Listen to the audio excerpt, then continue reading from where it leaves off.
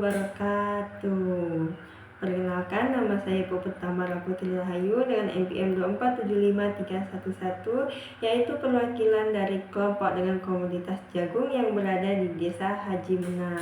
Nah, video kali ini akan membahas bagaimana sistem pemasaran jagung yang ada di Desa Haji Mena dan bagaimana efisiensi yang terjadi di Desa Haji Mena. Oke, materi pertama akan disampaikan oleh Nisha Agustin Gersang. Efisiensi pemasaran jagung di Dusun Kampung Baru, Desa Sidosari, Kecamatan Natar, Lampung Selatan. Adapun latar belakangnya, jagung merupakan komoditas pertanian strategis dengan permintaan yang terus meningkat, terutama untuk industri pakan ternak. Sistem tata niaga jagung memengaruhi pembentukan harga dan pendapatan petani di desa tersebut, sehingga perlu dianalisis tingkat efisiensinya. Pokok permasalahannya yaitu yang pertama, jalur pemasaran jagung, yaitu dari petani hingga pabrik di daerah Haji Mena.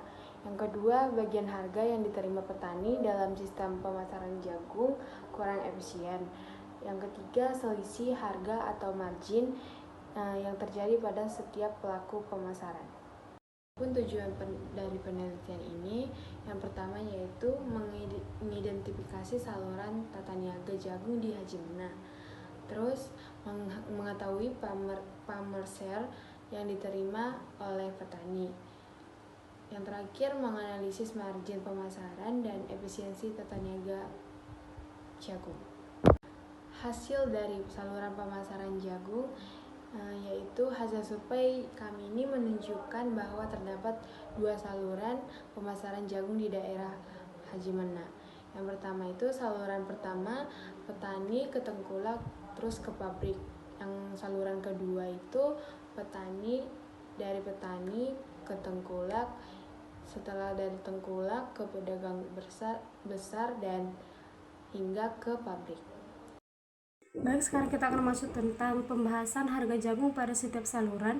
Seperti yang sudah dijelaskan di awal bahwa dari 3 petani yang kami survei ini, mereka itu memiliki 2 saluran pemasaran, itu saluran pertama dan saluran pemasaran kedua. Jadi di sini saya akan menjelaskan tentang harga pada jagung pada setiap saluran. Untuk saluran pemasaran yang pertama, untuk harga petaninya itu berada di Rp3.700 per kilogram, dan untuk harga pabriknya itu ada di Rp5.000 per kilogram. Sedangkan untuk saluran kedua, harga petaninya itu ada di Rp4.000 per kilogram dan harga pabriknya itu Rp6.000 per kilogram. Perbedaan harga ini menunjukkan adanya pembentukan margin atau selisih harga pada setiap lembaga pemasaran. Dan nanti berdasarkan dari harga ini akan ditentukan farmer share dan margin pemasarannya. Baik, di sini saya akan membahas tentang hasil farmer share yang diperoleh oleh petani. Hasil farmer share ini bergantung juga pada hasil penjualan petani dan penjualan di pabrik berdasarkan dari harga yang sudah dijelaskan di awal tentang saluran pemasaran pertama dan saluran pemasaran kedua. Untuk hasil farmer share-nya itu, saluran pemasaran pertama itu mendapat 74%, sedangkan untuk saluran pemasaran kedua hanya mencapai 66,67%. Dari situ bisa kita simpulkan bahwa saluran pemasaran pertama memiliki farmer share yang lebih tinggi karena rantai pemasarannya lebih pendek, sehingga petani lebih mendapatkan harga yang lebih besar. Hasil margin pemasaran, di sini kita akan mengetahui berapa margin pemasaran yang ada pada saluran pemasaran pertama dan saluran pemasaran kedua. Baik, sebelumnya margin pemasaran itu adalah selisih antara harga yang ada pada tingkat pabrik dengan harga yang ada pada tingkat petani. Margin itu mencerminkan biaya dan keuntungan yang diperoleh oleh lembaga pemasaran. Kita akan masuk ke perhitungan margin pemasarannya. Untuk margin pemasaran saluran pertama, yaitu seperti yang sudah diketahui pada awalnya, yaitu untuk tingkat pabrik harganya itu adalah Rp5.000, sedangkan untuk di tingkat petani harganya itu Rp3.700 per kilogram.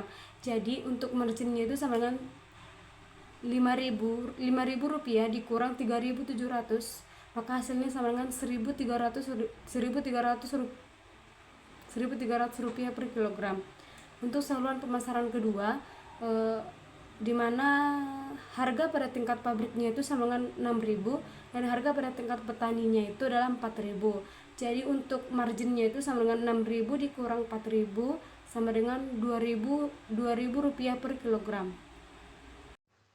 Oke, selanjutnya ada tabel margin pemasaran jagung di daerah Haji Mena yang terdiri dari dua saluran pemasaran, yaitu saluran pemasaran 1 dan saluran pemasaran 2. Nah, pada saluran pemasaran 1, alur pemasaran dimulai dari petani jagung yang menjual jagung dengan harga Rp3.700 per kilogramnya kepada tengkulak. Lalu tengkulak kemudian menjual kembali ke pabrik dengan harga Rp5.000 per kilogram. Dari selisih harga tersebut, tengkulak memperoleh margin pemasaran sebesar Rp1.300 per kilogram. Nah, saluran ini tergolong lebih pendek karena hanya melibatkan satu lembaga perantara. Sementara itu, pada saluran pemasaran 2, petani menjual jagung dengan harga Rp4.000 per kilogramnya. Jagung kemudian berpindah ke tengkulak lalu ke pedagang besar. Sebelum akhirnya sampai ke pabrik, tengkulak memperoleh margin sebesar Rp1.000 per kilogram. Dan pedagang besar juga memperoleh margin sebesar Rp1.000 per kilogramnya. Total margin pemasaran pada saluran ini menjadi lebih besar karena jumlah lembaga pemasaran yang terlibat lebih banyak. Selanjutnya ada efisiensi tata niaga jagung. Efisiensi tata niaga jagung di daerah Haji Mena dianalisis berdasarkan nilai farmer share dan margin pemasaran. Hasil analisis menunjukkan bahwa saluran pemasaran 1 memiliki tingkat efisiensi yang lebih baik dibandingkan saluran pemasaran 2. Hal ini ditunjukkan oleh nilai farmer share yang lebih tinggi yaitu sebesar 74%, serta margin pemasaran yang lebih rendah yaitu Rp1.300 per kilogramnya. Sebaliknya, untuk saluran pemasaran 2 memiliki farmer share yang lebih rendah yaitu 66,67% dengan total margin pemasaran yang lebih besar yaitu Rp2.000 per kilogram. Semakin panjang saluran pemasaran, semakin besar margin yang terbentuk, sehingga bagian harga yang diterima petani menjadi lebih kecil. Oleh karena itu, dapat disimpulkan bahwa saluran pemasaran 1 merupakan saluran yang paling efisien karena memberikan keuntungan yang lebih besar bagi petani. Dari turun lapang yang kita lakukan dapat diambil kesimpulan, berdasarkan hasil penelitian atau turun lapang, tata niaga jagung di daerah Haji Mena terdiri dari dua saluran pemasaran. Saluran pemasaran 1 terbukti lebih efisiensi karena memiliki nilai farmer share yang lebih tinggi yaitu 74%, serta margin pemasaran yang lebih rendah dibandingkan saluran pemasaran 2. Dengan demikian, saluran pemasaran 1 dinilai paling menguntungkan bagi petani jagung. Petani disarankan untuk memilih saluran pemasaran yang lebih pendek agar dapat meningkatkan pendapatan dan memperoleh harga jual yang lebih baik. Selain itu, pemerintah dan instansi terkait diharapkan dapat memperkuat pendampingan kelompok tani serta meningkatkan akses petani terhadap informasi harga dan pasar sehingga posisi tawar petani dapat semakin meningkat. Itulah saran yang bisa kami sampaikan atau berikan. Sekian materi yang bisa kami sampaikan, kurang lebihnya kami mohon maaf. Kami akhiri. Wassalamualaikum warahmatullahi wabarakatuh.